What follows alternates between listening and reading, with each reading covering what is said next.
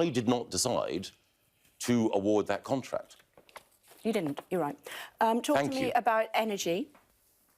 Are you having my water? Okay, yes, that's fine. Thank you. I have to ask you about a speech that was given by your colleague, the policing minister, Chris Philp, recently. He made a joke at your expense, and I just wondered what your own reaction was about that. He was talking about drug use specifically.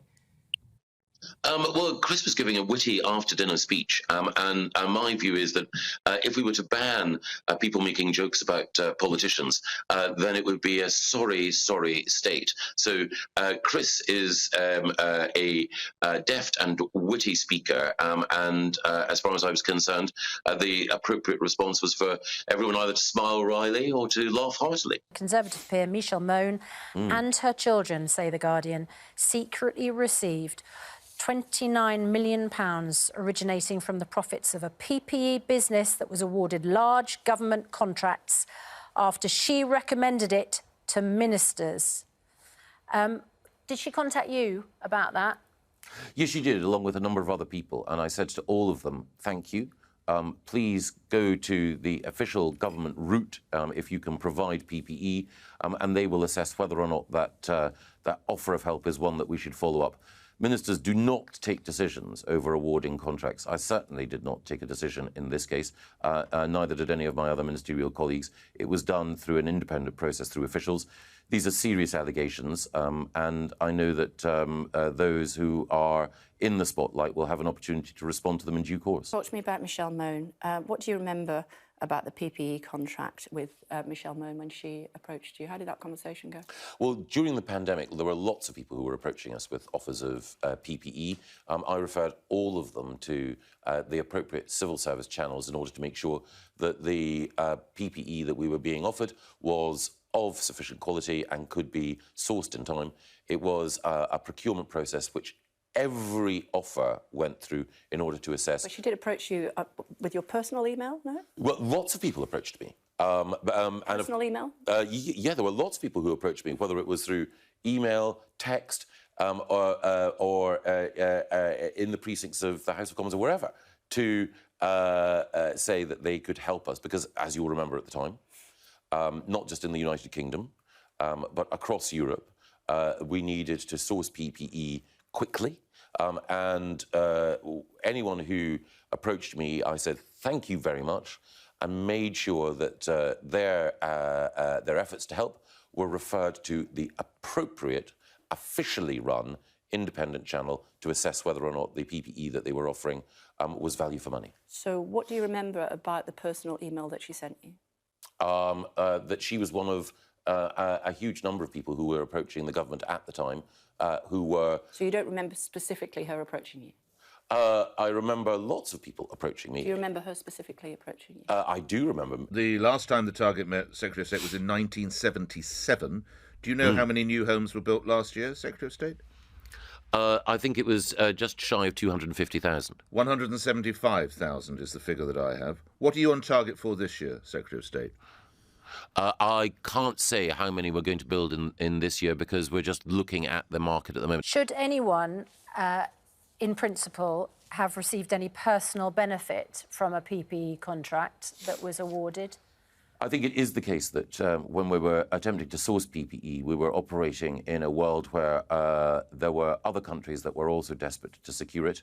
I think it is perfectly legitimate for individuals to have used their commercial ability to get it. My own view is that people having secured a contract, that's how government works, that's how the world works, it's up to them to decide how any money that they make fairly, if they've made it fairly from that contract, should be spent. How have you made the life of businesses easier by leaving the EU?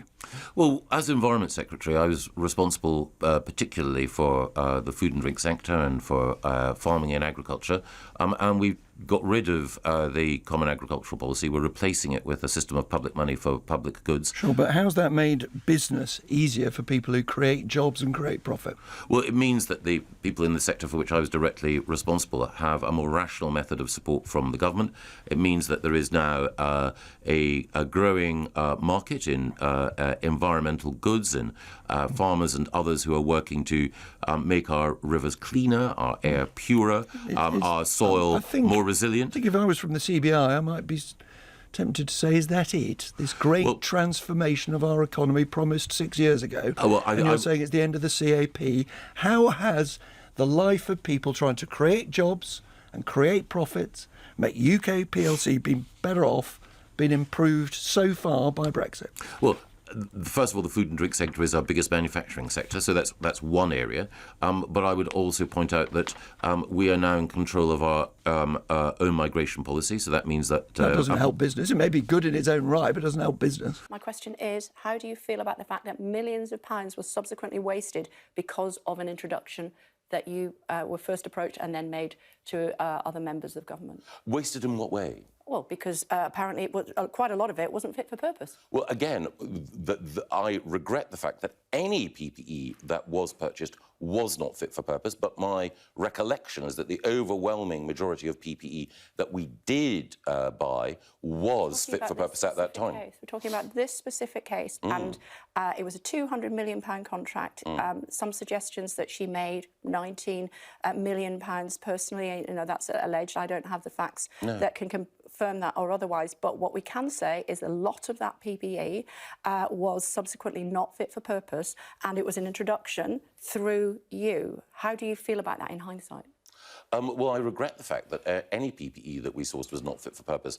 But the job that I was doing at the time was to make sure that at the time when we were facing a terrible pandemic, that anyone who wanted to help anyone who was making an offer of PPE was referred to the right channel. I would have hoped that you or I, if someone said, I can provide PPE, that we would have said, great, the thing to do is to go to this official government process, to go through this procurement gateway, to have the quality of the contract that you're seeking to secure assessed. I understand, but I'm asking how sorry you are now that actually all that money was wasted because of an introduction that was made by you.